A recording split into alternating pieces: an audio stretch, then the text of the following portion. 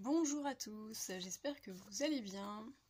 Alors pour ceux qui ne me connaissent pas, je suis Tiffany, psychologue, thérapeute psychocorporelle, autrice, formatrice, bref, je n'aime pas les cases.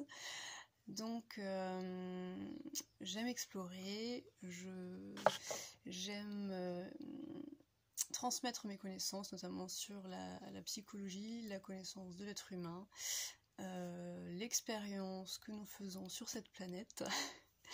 Et comme je me suis rendu compte assez tôt que la psychologie, qui est mon domaine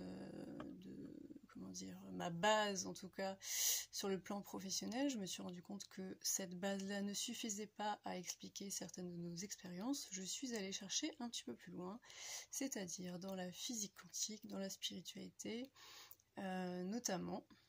Et je vous propose des petites vidéos pour vous partager ce que j'ai découvert. Alors aujourd'hui, j'ai envie de parler des émotions négatives parce que il y a comme c'est pas une méconnaissance, c'est plutôt une erreur dans la manière de les considérer, je trouve, parce que on entend beaucoup les émotions négatives font baisser nos vibrations, donc nous emmènent dans un cercle vicieux et nous font attirer des expériences négatives, etc.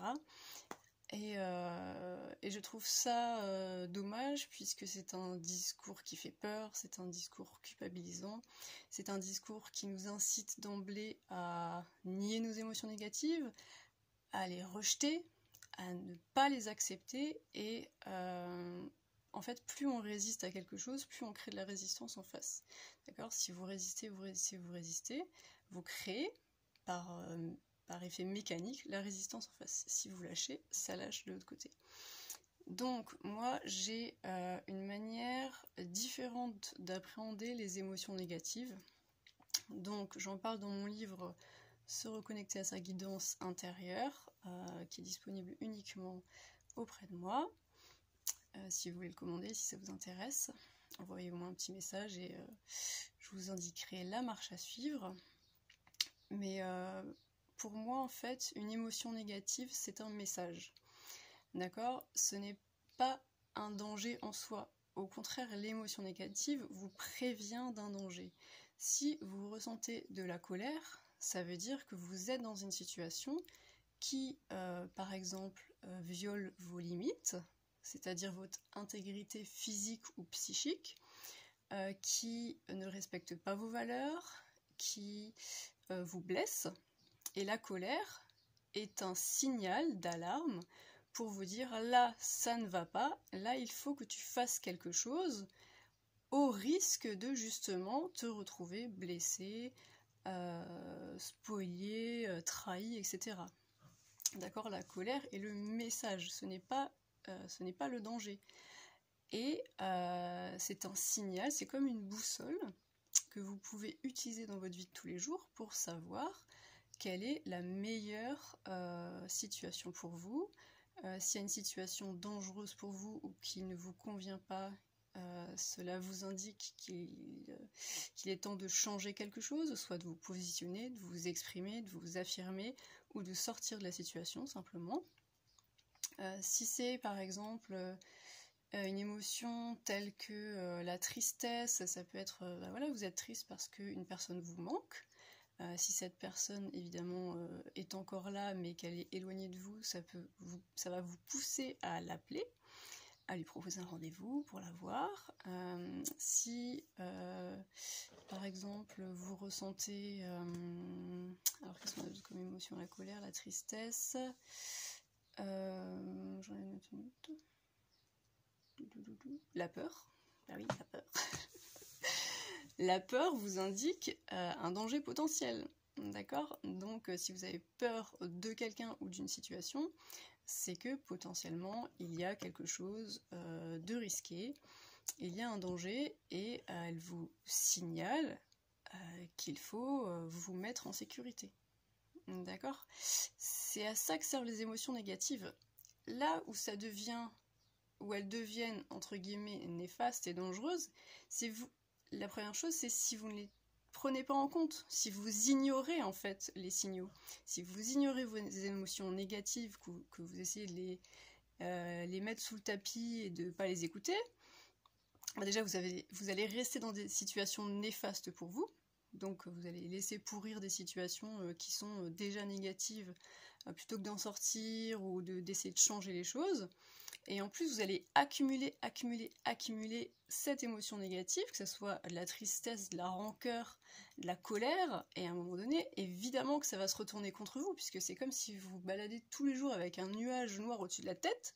Ce nuage va attirer à lui tout ce qui résonne avec lui, c'est-à-dire vous allez commencer à vous énerver, à vous disputer avec vos proches, avec les gens dans la rue, avec vos voisins, ou alors vous allez déprimer les gens parce qu'ils vont ressentir votre tristesse. Enfin, de toute façon, c'est comme si vous cultiviez des mauvaises herbes dans votre jardin. À un moment donné, c'est plus possible, vous allez être envahi en fait.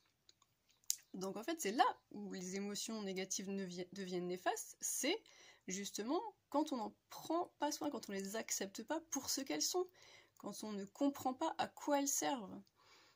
Et c'est essentiel non pas de les rejeter, non pas d'essayer de tout de suite switcher en se disant bah là je ressens une émotion négative, il faut absolument que je focalise sur autre chose, etc. Oui d'accord, mais si vous ne traitez pas la cause de cette émotion, elle va revenir. D'accord. Si vous restez dans une situation pourrie, vous avez beau faire vous répéter des mantras toute la journée, des mantras positifs, à un moment donné, la situation, elle va rester scalée, même si vous essayez justement, on est dans la résistance, on est dans je fais semblant que tout va bien. Bah non, en fait, c'est là où justement vous êtes dans le déni et ça risque de vous revenir au visage alors que vous étiez persuadé que non, vous étiez passé à autre chose. Mais non, se mentir ne sert à rien en fait. Il vaut mieux regarder l'émotion en face et dire ok, j'ai entendu le message, je vais faire en sorte que cette situation change, et là vos émotions pourront être fluides et se transformer de manière tout à fait naturelle, sans être dans du forçage inutile en fait. Donc ça c'était mon message d'aujourd'hui. Et ah oui, et ce qui est rigolo, je sais pas si vous avez remarqué, par exemple c'est quand on est énervé, qu'on va se prendre la manche dans la poignée de la porte, qu'on va s'exploser l'orteil contre le coin de la table basse.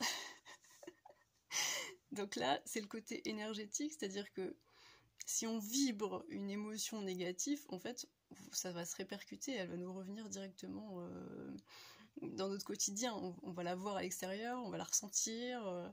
C'est comme si vous entrez dans une pièce, vous êtes super énervé, tout le monde va sentir la tension en fait tout à coup dans la pièce, juste parce que vous êtes énervé, même si vous dites rien.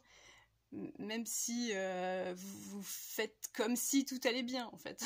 D'accord ? L'énergie, votre énergie, ne ment pas. À un moment donné, ça va se voir, ça va se sentir, et il faudra la regarder en face, en fait, et l'exprimer. Et il vaut mieux exprimer une émotion au tout début de son... comment dire ? De sa naissance, en fait, l'exprimer à ce moment-là, et dire je suis en colère, ça ne me convient pas, ça ne me plaît pas, plutôt que laisser s'accumuler, à un moment donné exploser, et alors là plus personne ne comprend parce que en fait vous avez tout gardé pour vous jusqu'à ce que la goutte d'eau fasse déborder le vase et que ça soit vraiment justement négatif pour tout le monde en fait, et que la situation soit peut-être même plus rattrapable, tellement vous êtes allé loin dans le sacrifice et loin dans la dépression. Enfin, vous voyez, c'est ça aussi que signifie, enfin, c'est ce que signifie à la base les émotions négatives attirent des conséquences négatives, mais elles attirent des conséquences négatives pas comme ça, en un claquement de doigts. Si on ne les traite pas, en fait. Si on les laisse s'accumuler, enfler et prendre de plus en plus de place. Mais si au jour le jour, vous restez à l'écoute justement de ce qui se passe en vous, à l'écoute de tout ce qui vient, comment dire, remuer des choses, etc. Si tout de suite vous exprimez les choses, là non. Là, votre vie continue d'être absolument fluide et tout se règle en fait de manière très simple. D'accord ? Le souci, c'est qu'on est dans une société où on n'a pas appris à exprimer nos émotions, où c'est presque tabou d'exprimer une émotion, que ce soit la tristesse, la colère ou même la joie en fait. Vous sautez de joie dans la rue, tout le monde vous regarde bizarrement, d'accord ? Alors que c'est normal. Vous regardez un enfant saute de joie, éclate de rire, pleure quand il est triste, crie quand il est en colère. Tout ça, ce n'est pas mal et ça ne fait pas mal aux gens en fait. Exprimer une émotion n'est pas mauvais et ça ne blesse personne. En tout cas, pas quand elle est comment dire, au début de son expression. Voilà, ça dure 30 secondes, on l'exprime et c'est terminé. Sauf que on est dans une société où même ça, c'est impossible. Comment ça se fait ? Comment ça se fait qu'on ait tellement voulu lisser notre côté émotionnel, en fait, notre côté... je sais pas comment dire ça... c'est la vie, en fait. On a voulu lisser on a voulu lisser la vie. Donc là, avec le transhumanisme qui arrive et les robots qui arrivent, je crains que ça n'arrange pas les choses en fait. C'est-à-dire que le robot, lui, n'aura a priori pas d'émotion et sera totalement maître justement de lui-même. Et l'humain à côté va faire figure d'animal en fait.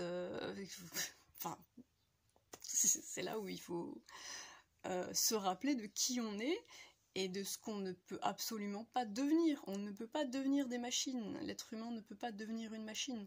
Ses émotions lui servent à quelque chose, d'accord ? Ce n'est pas quelque chose, ce n'est pas une tare en fait d'être émotionnel, d'accord ? L'animal, il est très près de ses instincts. Quand il a peur, il se barre, il réfléchit pas. Il va pas se dire, bah non, là j'ai peur, mais bon... il faut pas que je montre ma peur, il faut que je la mette sous le tapis, je suis pas censée avoir peur parce que quand même, je suis un adulte responsable, etc. Non, on a le droit d'être un adulte responsable et d'avoir peur, d'accord ? C'est normal. Ça fait plus de mal que de bien que de faire comme si nous n'avions plus peur de rien en étant adulte. Ça fait plus de mal que de bien de faire comme si nous ne ressentions plus de tristesse en étant adultes. Ça fait plus de mal que de bien de faire comme si nous nous mettons plus jamais en colère parce qu'on est adulte. Non. Alors, on apprend avec le temps à exprimer ses émotions, ou pas en fait. Il y a certains adultes qui n'ont jamais appris, qui ne savent toujours pas, qui mettent tout sous le tapis, qui font semblant, qui répriment, jusqu'à ce qu'ils tombent malades, jusqu'à ce qu'ils se cassent une jambe, jusqu'à ce qu'ils explosent, jusqu'à ce qu'ils fassent un burn-out, alors que la seule chose à faire, c'est d'exprimer les émotions au moment où on les ressent. C'est la seule chose à faire. Voilà, j'ai dépassé mon ton habituel. J'essaye de faire des vidéos courtes de 15 minutes maximum, donc là je suis quasiment à 15 minutes. N'hésitez pas à réagir à cette vidéo, à la partager, à liker, à vous abonner si mon contenu vous plaît.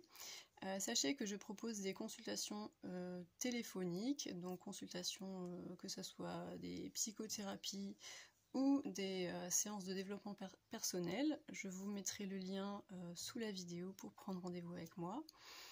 Je crois que j'ai tout dit. Sachez aussi que mes vidéos sont très courtes, donc je peux pas balayer toutes les informations que je pourrais dire sur un sujet. C'est vraiment à chaque fois j'essaie de cibler une idée et de la développer un petit peu. Il y a plus d'informations dans mon livre Se reconnecter à sa guidance intérieure. J'écris aussi des articles sur mon blog, sur mon site internet, si jamais ça vous intéresse. Et puis n'hésitez pas à poser des questions, je vous réponds bien sûr dans les meilleurs délais. Me donner des idées de vidéos, de sujets que vous aimeriez aborder. Et voilà, je vous souhaite une très bonne journée et je vous dis à très bientôt.